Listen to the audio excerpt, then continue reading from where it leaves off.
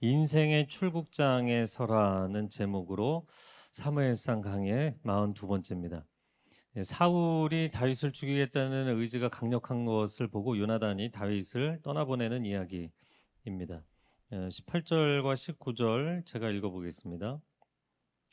요나단이 다윗에게 이르되 내일은 초하루인즉 내 자리가 빈으로 내가 없음을 자세히 물으실 것이라. 너는 사흘 동안 있다가 빨리 내려가서 그 일이 있던 날에 숨었던 곳에 이르러 에셀 바위 곁에 있으라. 자, 초하루 식탁에 다윗이 불참을 하면 부하께서 질문을 하실 것이다, 이렇게 요나단이 예상을 했는데 그대로 됐죠. 사흘 동안, 즉 3일 동안 기브아들에 숨어 있다가 그 일이 있던 날이라고 표현했는데 19장에 보면 사울 왕이 다윗을 공개적으로 살해하라는 명령을 내렸던 그날입니다. 그날에 숨었던 곳에 가서 에셀 바위 곁에 있으라. 어디 곁에 있으라고요? 에셀 바위. 네, 오늘 중요한 지명입니다. 에셀 바위는 당시 이스라엘 사람들은 누구나 알고 있는 중요한 랜드마크. 그러니까 이 땅이 지금 어떤 지역이다라는 것을 보여주는 지계석 같은 것이죠. 요나단은 다윗과 그곳에서 마지막 만날 것을 약속을 합니다. 20절에서 22절 같이 읽어보겠습니다. 시작. 화살셋을 그 바위 곁에 쏘고 아이를 보내어 가서 화살을 찾으라 하며 내가 짐짓 아이에게 이르기를 보라, 화살이 내 이쪽에 있으니 가져오라 하거든 너는 돌아올지니 여호와께서 살아계심을 두고 맹세하노니 내가 평안 무사할 것이요 만일 아이에게 이르기를 보라, 화살이 내 앞쪽에 있다 하거든 내 길을 가라, 여호와께서 너를 보내셨음이니라. 자, 서로 주고받은 신호가 화살을 세 발을 쏘고 그리고 아이를 보내서 가져오게 하겠다. 여기 아이는 구약에 많이 나오는 나르라는 단어, 15세에서 한 22세 정도의 청소년 청년입니다. 그래서 왕자의 호위병에게 화살을 가져오게 하면서 봐라, 화살이 이쪽에 있지 않냐. 그것은 아무 문제 없으니까 이쪽으로 돌아오라는 뜻이죠. 그러나 화살이 내 앞쪽에 있다, 이렇게 이야기를 하면 내 길을 가라, 여호와께서 너를 보내십니다. 요나단이 그래서 오늘 본문에 보면 이제 관역에 화살을 쏘는 것처럼 약간 이 활 연습을 하는 것처럼 누가 봐도 그렇게 위장을 한 것이죠. 그리고 그것을 통해서 다윗과 떠나야 할지 말아야 할지에 대한 중요한 메시지를 나누기로 신호를 정합니다. 그런데 오늘 이 요나단의 말 가운데 놀라운 것은 내 길을 가라. 너의 길을 가는 것이지만 그러나 여호와께서 너를 보내시는 길을 가는 것이다. 제가 지난 주일에 나눴지만 이 요나단이라는 사람은 신앙적 당위성이 강한 사람이기 때문에 이 현실을 현실로 받아들이는 게 좀 힘들었다. 그래서 그 당위성과 현실성이 균형을 이루는 게 중요하다 이야기를 했죠.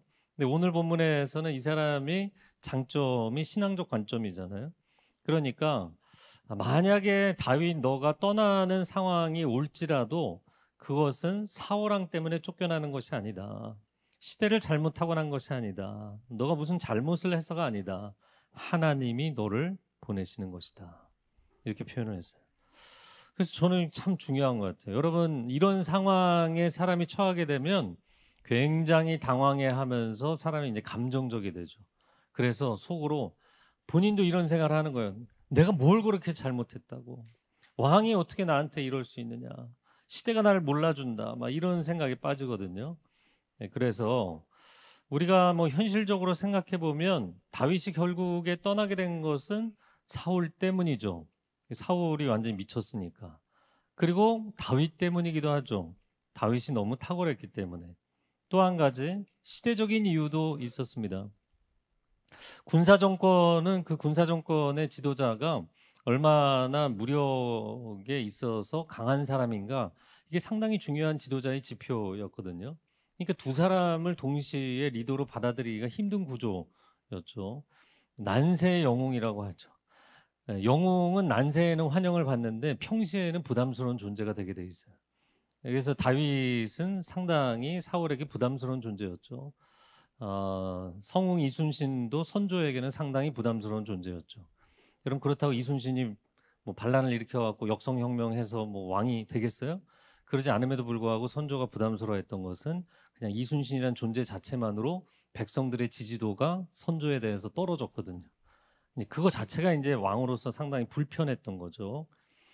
자, 그래서 시대적으로도 뭐 현실적인 이유들을 얘기하자면 이게 다 맞는 얘기예요. 하지만 우리의 인생은 하나님이 인도하시는 줄로 믿습니다. 결국에 인생과 역사의 결정권은 하나님의 손 안에 있는 것입니다. 이런 상황이 될 때 누구 때문에, 아니면 내가 못나서, 내가 문제를 일으켜서, 아니면 시대가 나를 몰라줘서, 이렇게 얘기하지 마시라는 거예요. 내가 이 길을 떠나게 된 것은 하나님이 나를 보내심이라. 저를 따라해보세요. 하나님이 나를 보내심이라. 아멘. 이 하나님의 섭리 안에서 자기 인생이 해석되는 사람들은 인생이 건강해요. 그런데 이런 원인들 때문에, 현실적인 원인들 때문에 내가 이 어려운 길을 가게 됐다? 그러면 이 원한과 이 불만과 고통이 끊이지 않는 거예요. 창세기에서 요셉이라는 인물이 등장하죠. 이 형들에게 미움을 받아서 애굽으로 종이 되어 팔려갑니다. 그의 나이 17살이면 정말 창창한 나이죠. 그런데 13년 동안 30살까지 가장 빛나는 인생의 시즌에 종살이 옥살이 13년을 합니다. 그러다가 총리로 발탁이 되어서 형들을 다시 제외하게 되는데, 이 형들이 막내, 자기가 죽이려고 했던 막내가 총리가 된 거를 보고 벌벌 떠는 거예요. 그 벌벌 떠는 형들 앞에서 요셉이 뭐라고 자기 인생을 해석하는가. 창세기 45장 7절 8절 자막을 통해서 한번 같이 읽어주세요. 시작. 당신들의 후손을 세상에 두시려고 나를 당신들보다 먼저 보내셨나니 그런즉 나를 이리로 보낸 이는 당신들이 아니요 하나님이시니라. 이렇게 해석이 된 사람은 내면에 상처가 없어요. 짐이 없는 거예요. 제가 한국에서 차세대 사역, 청년 사역, 두란노 사역, 성인 사역, 정말 여러 사역들을 행복하게 잘 하고 있었는데 갑자기 밴쿠버로 사역을 하라고 발령이 났어요. 제가 25년간 온누리 목회를 하면서 물론 그 리더십이 인사적인 결정을 하고 발령을 내지만, 항상 저는 25년 동안 교회에서 발령을 내기 전에 하나님이 알려주셨어요. 기도 가운데 알려주시고, 꿈으로도 알려주시고, 말씀으로도 알려주셨어요. 단 한 번 미리 알지 못했던 적이 있는데 그게 밴쿠버 갈 때였어요. 그래서 밴쿠버 갈 때는 너무 긴장이 되는 거예요. 아니, 한 목사님이 가라고 그러셔서 가기는 하는데 내가 하나님의 섭리에 대한 확신이 없이 이걸 갈 수 있나? 제가 비행기 안에서도 하나님 왜 저를 보내십니까? 하나님, 제가 가서 사고 치지 않게 해주세요. 그렇게 긴장을 했던 기억이 있습니다. 그런데 밴쿠버에 이제 가기 전에 LA에 들려서 또 잠깐 모임이 있어서 참석을 했다가 하는데, 이 이민교회 선배 목사님들이 그렇게 겁을 주는 거예요. 이민교회 목회는 한국교회 목회와 비교할 수 없이 힘들다. 그런데 제가 이제 밴쿠버에 가서 그 힘들다는 이민교회 성도들을 만나면서 정말 눈물과 감격과 은혜가 넘치는 공동체가 될 수 있다는 걸 체험한 것, 그게 저에게도 엄청난 축복이었고 교회에도 큰 축복이 됐어요. 어떤 분들은 디아스포라 한인들을 보면서 좀 삐딱하게 이야기하시는 분들이 있어요. 결국에 그 사람들 한국이 싫어서 떠난 사람들 아니냐, 이렇게 부정적으로 얘기합니다. 여러분, 그런데 인생이 그렇게 쉽게 단순 도식으로 설명할 수 있는 게 아니잖아요. 잠언 16장 9절 말씀 한번 같이 읽어볼까요? 사람이 마음으로 자기의 길을 계획할지라도 그의 걸음을 인도하시는 이는 여호와시니. 여러분, 하나님의 사람들은 내가 계획 세운다고 그거 되는 게 아니고요, 하나님의 인도하심이 있어야 되는 줄로 믿습니다. 저를 한번 따라해 보세요. 하나님의 은혜와 나의 최선. 그래서 제가 제 평생의 모토인데, 우리가 하나님의 은혜를 바라죠. 그러나 그냥 가만히 누워서 다 이루어 주실 걸로 믿고 있으면 안 되죠. 부르심의 자리에서 최선을 다해야 됩니다. 이 두 가지가 함께 가는 거예요. 이걸 좀 다르게 표현한다면 저를 따라해 보세요. 나의 계획과 하나님의 섭리. 네, 그래서 여러분 열심히 계획 세우고 살아야 됩니다. 학업을 하든 사업을 하든 목회 사역을 하든 계획표 짜고 최선을 다해서 노력하세요. 그러나 내 계획한 것이 아닐지라도 하나님이 그분의 섭리 가운데 나를 갑자기 다른 길로 인도하시면 그분의 선하신 계획을 신뢰하고 따라가는 평강의 인생이 될 수 있기를 축복합니다. 네, 그 인생이 지혜로운 인생이에요. 자, 이어지는 24절에서 6절 같이 읽겠습니다. 다윗이 들에 숨으니라. 초하루가 되매 왕이 앉아 음식을 먹을 때 왕은 평시와 같이 벽 곁 자기 자리에 앉아 있고 아브넬은 사울 곁에 앉아 있고 다윗의 자리는 비었더라. 그러나 그날에는 사울이 아무 말도 하지 아니하였으니 이는 생각하기를 그에게 무슨 사고가 있어서 부정한가 보다 정령이 부정한가 보다 하였음이더니. 자, 초하루 식탁에 굉장히 중요한 절기 식탁입니다. 이스라엘 4인방의 자리가 준비가 되어 있습니다. 그 4인방은 사울왕과 군장 아브넬과 왕자 요나단과 천부장 다윗이에요. 근데 이 면면을 보면 사울의 사촌과 아들과 사위잖아요. 다 친인척이죠. 친인척으로 구성이 되어 있는 리더십 그룹입니다. 사울이 벽 곁 자기 자리에 앉아 있었다. 그러면 어떤 자리였을까? 충분히 상상이 가능한데 여러분 비즈니스 미팅을 하거나 중요한 손님을 모셔서 식당에 방을 예약을 했단 말이죠. 그럼 제일 상석이 어딘가요? 문에서 정반대편. 네, 그 좌석이 제일 상석이죠. 사울이 거기에 앉아 있었어요. 근데 사울이 딱 보니까 이제 다윗만 없는 거예요. 그러나 그가 무슨 일이 생겨서 부정해졌는가 보다. 여러분, 이 부정이라는 것은 모세오경에서 이야기하는 의식적 부정입니다. 민수기 19장 16절 한번 읽어볼까요? 시작. 들에서 칼에 죽은 자나 시체나 사람의 뼈나 무덤을 만졌으면 이래 동안 부정하여. 여러분, 뭐 길 가다가 숲속을 지나가다가 자기도 모르게 그렇게 저촉되는 일이 있을 수 있잖아요. 게다가 다윗은 워낙에 군사작전을 많이 수행했던 사람입니다. 그러니까 얼마나 죽은 사람들을 저촉하는 일이 많겠어요. 그러니까 부정해지면 7일 동안을 정결 과정을 거쳤어야 됩니다. 자, 이어지는 27절 같이 읽겠습니다. 이튿날 곧 그달의 둘째 날에도 다윗의 자리가 여전히 비었으므로 사울이 그의 아들 요나단에게 묻되 이새의 아들이 어찌하여 어제와 오늘 식사에 나오지 아니하느냐. 자, 둘째 날에도 다윗이 불참을 하자 이게 왕이 재차 질문을 합니다. 그랬더니 요나단이 준비한 대답을 했죠. 가족의 매년제가 있어서 베들레헴에 가도록 요청을 했다. 사울왕이 이에 대해서 이제 화를 내게 되는데 여러분, 제가 이제 뭐 생각을 하다 보니까 사울의 촉이 맞기는 했다.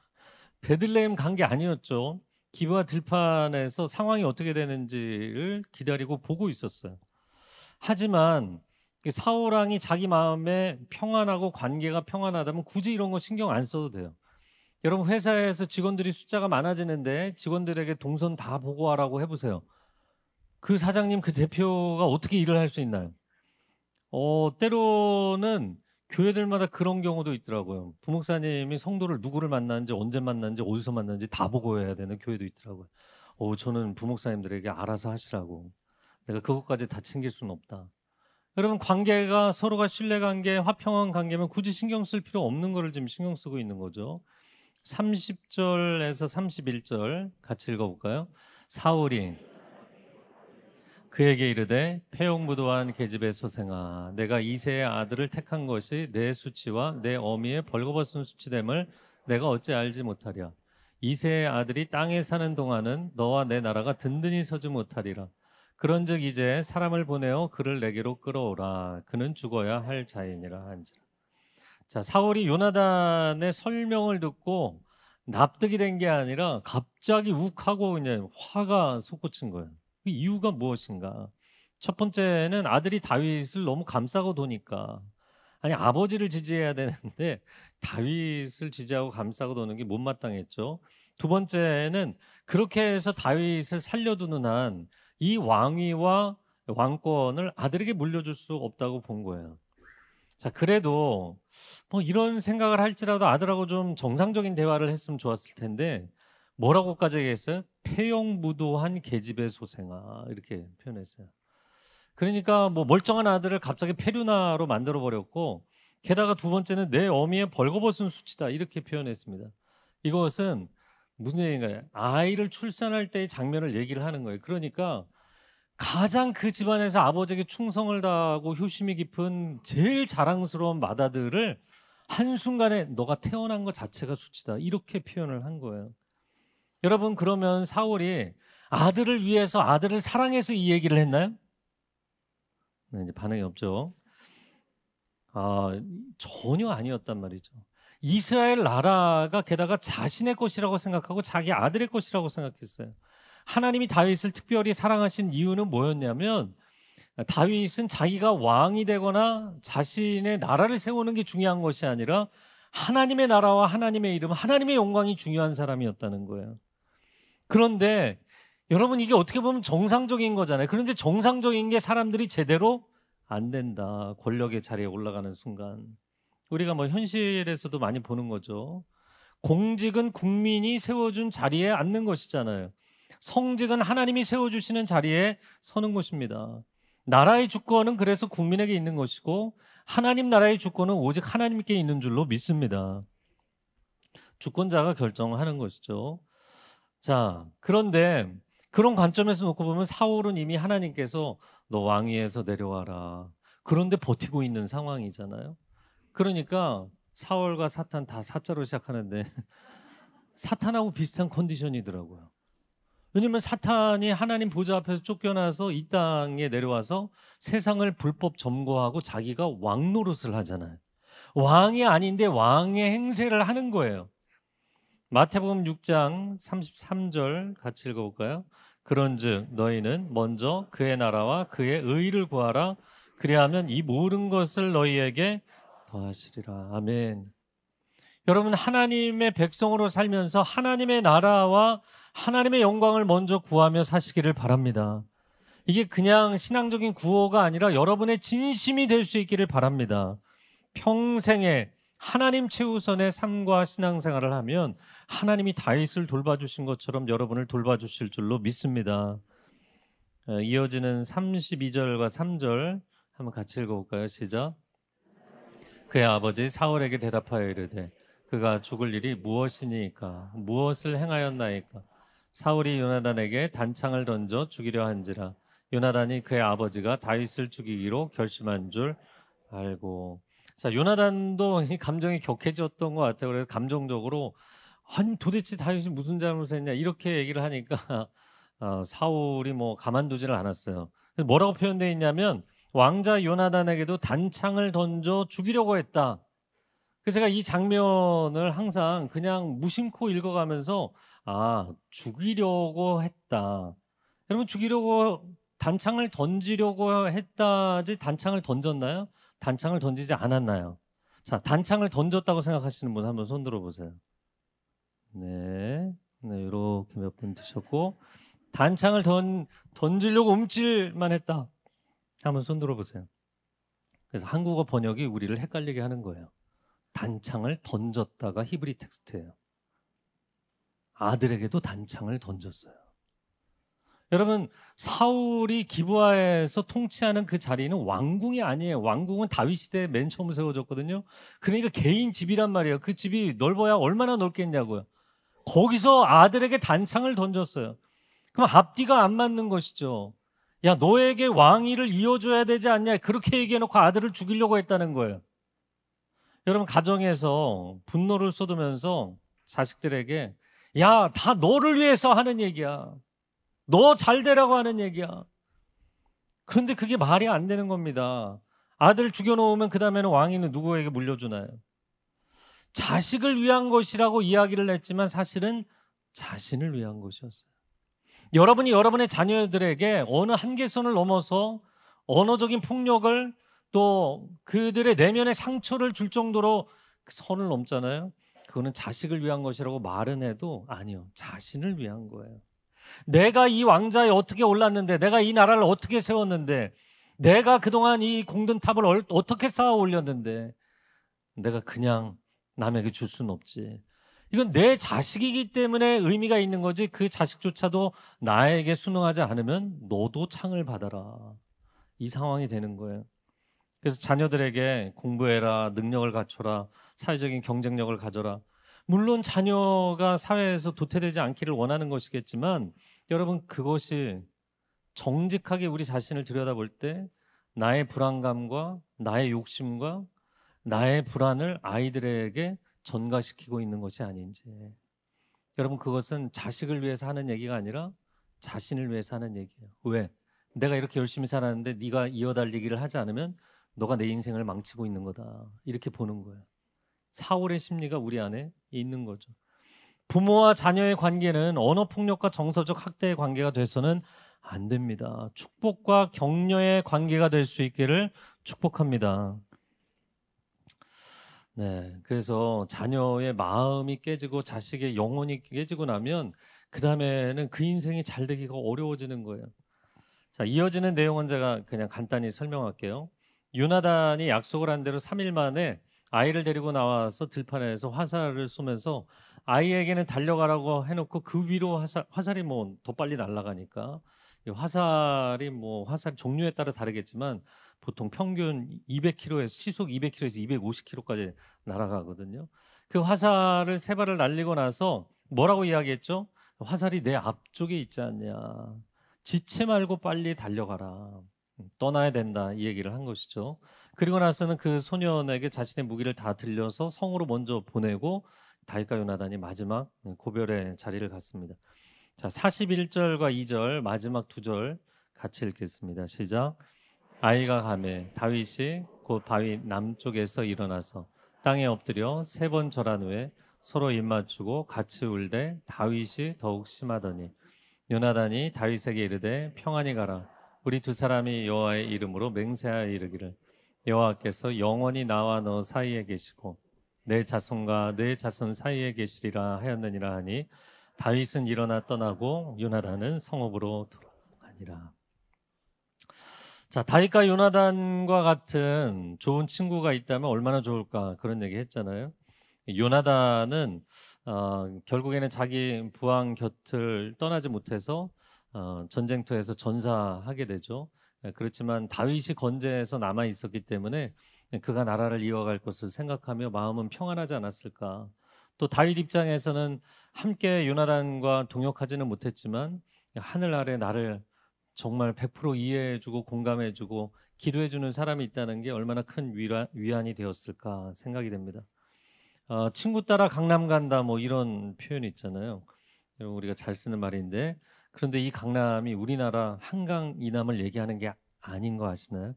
네, 중국의 양자강 이남을 얘기하는 거예요. 그래서 아주 멀리까지 좋아하는 친구를 따라가게 돼 있다 그런 얘기입니다.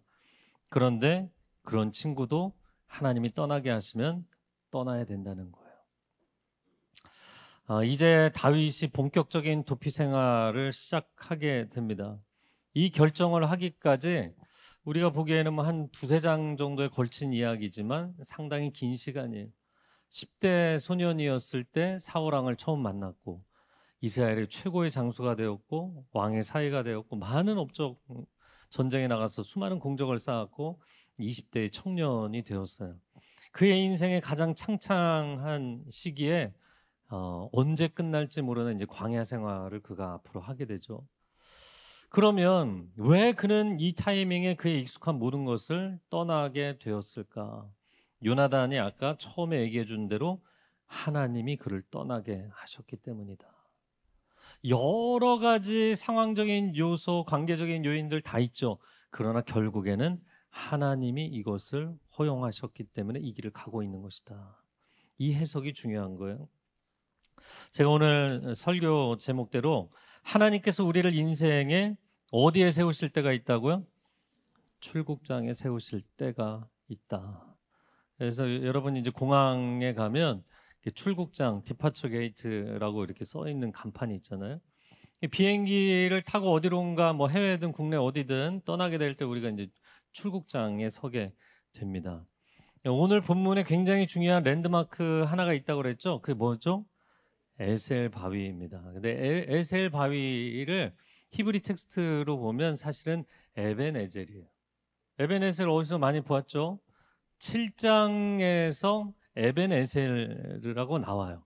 그런데 제가 거기 써놓은 것처럼 에벤은 돌이라는 거고 에제르예요. 에제르. 정확하게 이야기를 하자면 그래서 이것은 도움의 돌이고 여기까지 도우셨다라는 것을 표시하는 직에서입니다. 근데 20장 오늘 본문에 등장하는 그 에셀 바위라는 것은 보여주시면 끝에가 R이 아니고 L이에요. 다른 단어입니다. 에벤 에젤, 떠남의 바위입니다. 여기에서 떠나라, 여기에서 출발하라, 그런 의미예요. 그러니까 이 두 바위를 보면 상당히 비슷한 발음으로 되어 있지만 완전히 다른 의미죠. 7장에서 블레셋 사람들이 공격해 들어올 때 하나님께서 놀라운 기적적인 사건들을 일으키셔서 이스라엘에게 승리를 주셨어요. 그래서 그들이 승리를 한 그 지점까지를 에벤 에제르라고 한 거예요. 여기까지 하나님 우리를 도우셨다. 여기까지는 하나님의 승리의 공간이고 하나님의 우리에게 허락하신 안전지대인 거예요. 세이프티 존인 거예요. 그런데 그 다음 20장에 나오는 에벤 에젤은 이 안전지대에서 떠나라는 거예요. 이제 여기를 출발점으로 해서 떠나야 된다는 출국장의 의미를 갖고 있는 거예요. 여러분, 다윗이 3일 동안 그 빈들에서 낮과 밤으로 기다리는 시간이 얼마나 길게 느껴졌을까 싶어요. 그리고 요나단이 나와서 3일째 3개의 화살을 날렸고, 그리고 다윗이 요나단 앞에 3번 절을 하고 떠나게 됩니다. 이 3이라는 숫자가 이제 오늘 본문에 계속 나와요. 하나님의 완전수죠. 우리가 언제 떠나는가? 하나님이 정하신 때에 떠나게 되는 것이에요. 사람이 생각하는 타이밍이나 조직에서 계획했던 타이밍이 아니라 하나님의 때에 떠나게 되는 줄로 믿습니다. 어떨 때는 사실 떠난다는 것 자체보다 기다리는 시간이 훨씬 힘들고, 또 그 기다림의 시간에 떠날 것을 결정하는 순간이 훨씬 더 어려울 수 있어요. 제가 전에도 여러 번 나눴지만 사실 저는 이제 한국 교회에 대한 안타까운 마음을 하나님 주셔서 계속 기도하고 있었는데 하나님이 보내주실 만한데 안 보내주시는 거예요. 그래서 제가 오늘에서 25년 사역하면서 마지막 8년 이제 양재 담당할 때는 정말 어떻게 보면 제일 사역적으로는 편안한 시간이었어요. 그러나 제 마음 가운데는 8년을 기다리는 시간이 너무너무 긴 시간이었어요. 그러나 하나님이 떠나라고 하시는 때가 되면 어떻게 해야 될까요? 아무리 오랜 시간을 그 자리에 있었어도 하나님이 떠나라 하시면 분연히 일어나야 되는 거예요. 우리를 에셀바위 곁에 세우시고 출국장에 세우시고 티켓까지 우리의 손에 들려주시면 어떻게 해야 된다고요? 떠나야 됩니다. 주저함 없이 떠나셔야 돼요. 거기에 20년을 있었든 50년을 있었든 떠나셔야 돼요. 우리 인생은 참 안타까운 것이, 우리가 머물 때는 한눈 팔지 말고 거기 집중을 해야 되고, 떠날 때는 몸과 마음을 가볍게 해서 떠나야 되거든요. 근데 수많은 사람들이 인생을 사는 거 보면 정반대로 살아요. 내가 여기 머물러 있을 때는 마음을 잡지 못하고 딴 생각하는 사람들이 많아요. 회사에서도 직원들, 내가 이 회사를 계속 다녀 말어. 계속 그러면서 회사 다녀요. 그러니까 집중을 못하는 거예요. 결코 선하지 않아요, 그 인생이.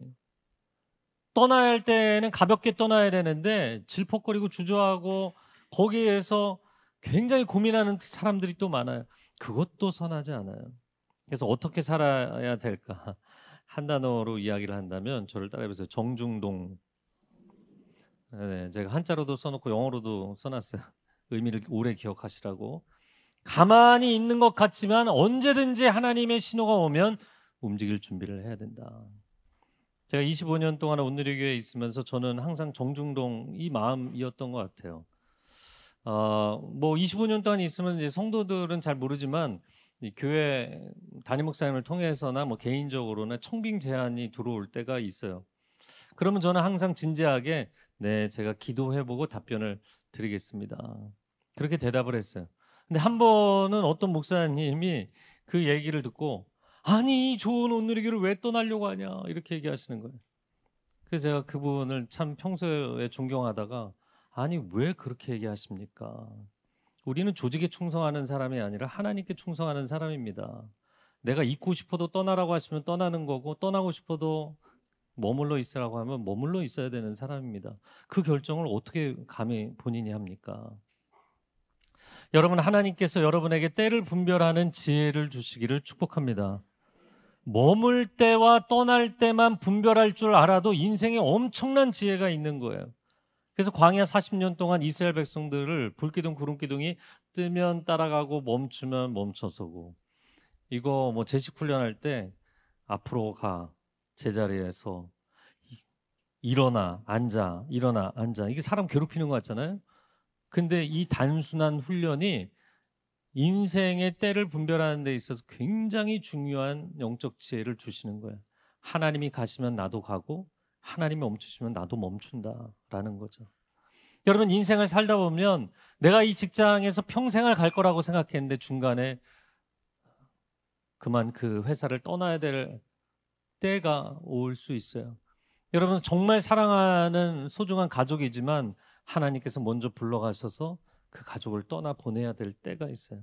너무나 좋아하는 친구들이지만 나만의 부르심의 길을 가라고 하나님이 강권하시면 떠나야 될 때가 된 것이에요.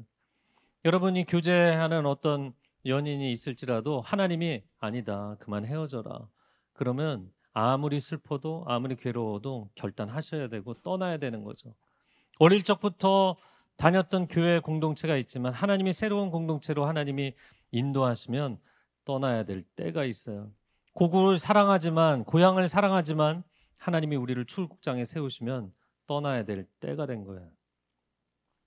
제가 오늘 1, 2, 3부 계속 설교를 하면서 계속 떠나야 될 때 가면 떠나야 된다 그러는데 아무도 대답을 안 하는 거예요. 진짜 떠나라는 거야 막 이러면서. 뭐 다 떠나라는 건 아니에요. 떠나야 될 때 떠나야 된다. 자, 그런데 다윗이 이제 앞으로 본격적인 도피 여정을 떠나게 되는데 중요한 포인트 중에 하나는 뭐냐면, 떠나라고 하셨는데 어디로 가라는 얘기가 없어요. 목적지가 없어요. 얼마나 난감하겠어요. 여러분, 출국장에 세워놨어요. 티켓도 들려줬어요. 그런데 목적지가 안 써 있어요. 그럼 떠나야 돼요? 말아야 돼요? 그래도 대답을 안 하시는데, 그래도 떠나야 돼요. 배가 안전한 포구에 있는데 항해를 하라는 거예요. 목적지가 어디입니까? 일단 항해를 해라, 출항해라. 망망대해를 향해서 나가라는 거예요. 목적지도 없는데. 여러분, 1516 교회 처음 시작할 때 딱 그 기분이었어요. 왜냐하면 명확하게 하나님 비전을 주셔서 교회를 개척하는 교회, 교회를 살리는 교회, 그 비전을 주셔서 시작하라고 해서 했는데 장소를 안 주시는 거예요. 제가 뭐 현실적으로 누구 핑계를 대고 싶지는 않지만, 그때 이제 분당 우리 교회 29개 교회를 1년 전에 이제 개척을 시켜갖고 분당의 웬만한 공간은 다 이미 나갔어요. 하나님, 그들 29개보다 좀 6개월 먼저 시켜주셨으면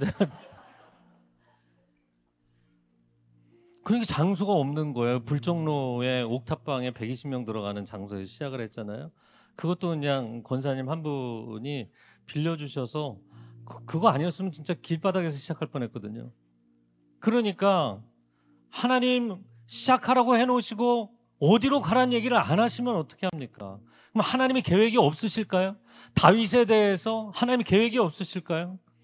제가 이번에 한솔 들어가는 거를 생각해 보니까 2년 반 만에 하나님이 5번째 움직이게 하신 거예요. 맨 처음에 그 옥탑방, 불정로 옥탑방에서 저희가 그래비티 호텔도 굉장히 여러 번 가서 빌려서 예배드리고, 새마을 연수원, 그리고 이곳 성심 빌딩, 5번째가 한솔 프라자예요. 하나님은 어디로 가야 될지도 모르게 보내셨지만 걸음마다 다 계획이 있으신 거예요. 아니, 목적지나 적어놓고 저한테 가라고 하셔야지 도대체 어디를 가라는 얘기입니까? 난 못 갑니다. 보여주시면 가겠습니다. 아니요. 일단 떠나라고 하시면 떠나야 되는 거예요. 아브라함이 처음 갈대아 우르를 떠날 때도 마찬가지였어요. 창세기 12장 1절에 보면 여호와께서 아브라함에게 이르시되 너는 너의 고향과 친척과 아버지의 집을 떠나 내가 내게 보여줄 땅으로 가라. You shall be a blessing. 너는 복이 될 것이다. 뭐 엄청나게 감동적인 말씀으로 창세기 12장 1, 2, 3절 읽잖아요. 그런데 바로 그 다음 6, 7, 8절 이렇게 내려가잖아요. 그러면 그래서 가봤더니 이미 현지인들이 다 있고 주인 다 있고 이삿짐을 이만큼 싸갖고 나왔다고요. 갈대아 우르에서 멋진 저택에서 살다가 이삿짐을 이고지고 왔는데, 그 먼 거리를 왔는데 보니까 여러분, 이삿짐을 계속 평생에 이고지고 다녀야 되는 나그네 생활을 하게 만드셨어요, 하나님이. 아브라함 입장에서 얼마나 억울하냐고요. 아니, 떠나라 그래서 떠났는데 그러면 들어갈 입주할 집을 보여주셔야 마땅한 것이지. 자식 주겠다고 하셨어요. 그 번창에서 큰 민족을 이루시겠다. 땅도 주시겠다. 이 땅을 동서남북 다 주시겠다. 그리고 복도 주시겠다. 근데 아브라함 평생에 얻은 거는 아들 딱 하나, 땅 한 조각, 그게 전부였어요. 그래도 떠나야 됩니까? 네, 떠나야 됩니다. 그러면 하나님은 왜 내가 이룬 모든 것을 내려놓고 떠나게 하시는가? 여러분, 오늘 그 본문에 제가 마지막 부분을 보면서 두 사람이 다 울었는데 다윗이 더 많이 울었다 이렇게 돼 있어요. 왜?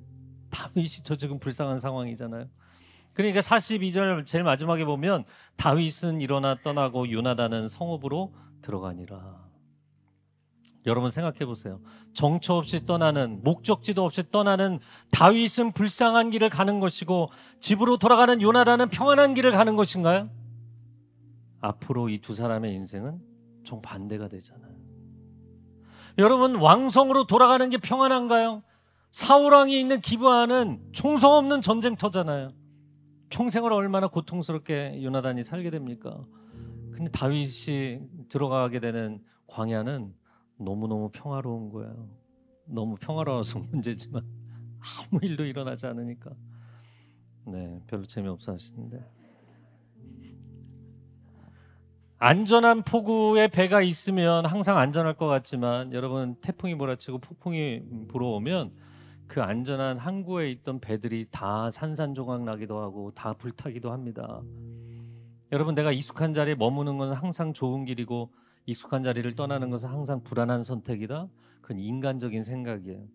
아무리 좋은 자리일지라도 하나님이 그 자리에 함께 하시지 않으면 그 자리는 고통의 자리가 될 것이고, 아무리 미래가 보이지 않는 길을 간다 할지라도 하나님이 동행하시면 승리의 길이 될 줄로 믿습니다. 아멘. 그러면 하나님, 제가 지금까지 이렇게 열심히 살아온 거, 다윗이 참 열심히 살아왔잖아요. 나라를 위해서. 그 시간은 다 잃어버리는 시간이 되는 것인가요? 그래서 제가 두 번째 꼭 보여드리고 싶은 게, 여러분 인생에, 여러분이 공항에 가면 이 두 개의 이미지가 동시에 보는 경우가 많아요. 왜? 디파처 게이트와 어라이벌 게이트. 여러분의 출국장과 입국장이 공항에서 따로 있느냐 같이 있느냐. 따로 또 같이 있죠. 층은 다른데 한 건물 안에 있게 돼 있어요. 왜 나를 떠나게 하시는지 이유를 알 수 없었던 그 출국장이 있는 동일한 건물로 다시 돌아오게 되는 날이 올 것입니다. 다윗을 돌아오게 하시죠. 먼 세월이 지나서. 그리고 그 나라를 이끌어가게 하시죠. 그가 떠나게 될 때에는 왜 하나님이 이 모든 것을 상실하게 하시고 내 인생의 모든 것을 내려놓게 하시는가? 하나님 모든 것을 다 회복하시죠. 두려워하지 마십시오. 인생의 썰물은 반드시 밀물로 변화될 것이고, 인생의 이별의 시간은 반드시 하나님의 은혜 가운데 재회의 시간으로 회복될 것이고, 우리가 내려놓았던 모든 것들을 하나님이 회복하시는 역사가 있을 줄로 믿습니다. 저희 말씀을 묵상하면서 제일 마지막에 생각한 거는 때를 분별해야 될 사람은 사실 사울이었던 거예요. 사울은 때를 분별하지 못하고 자기가 진작에 내려왔어야 되는데 내려오지 않고 그 자리에 있기 때문에 모두를 고통스럽게 했고, 다윗은 하나님의 에젤 바위에 디파처 게이트에 딱 세우시는 순간 딱 결단하고 떠납니다. 그가 떠났기 때문에 그의 인생의 고난의 시간이 있었지만 그 고난의 연단을 통해서 훌륭한 지도자가 된 거예요. 이 시간 함께 기도하겠습니다.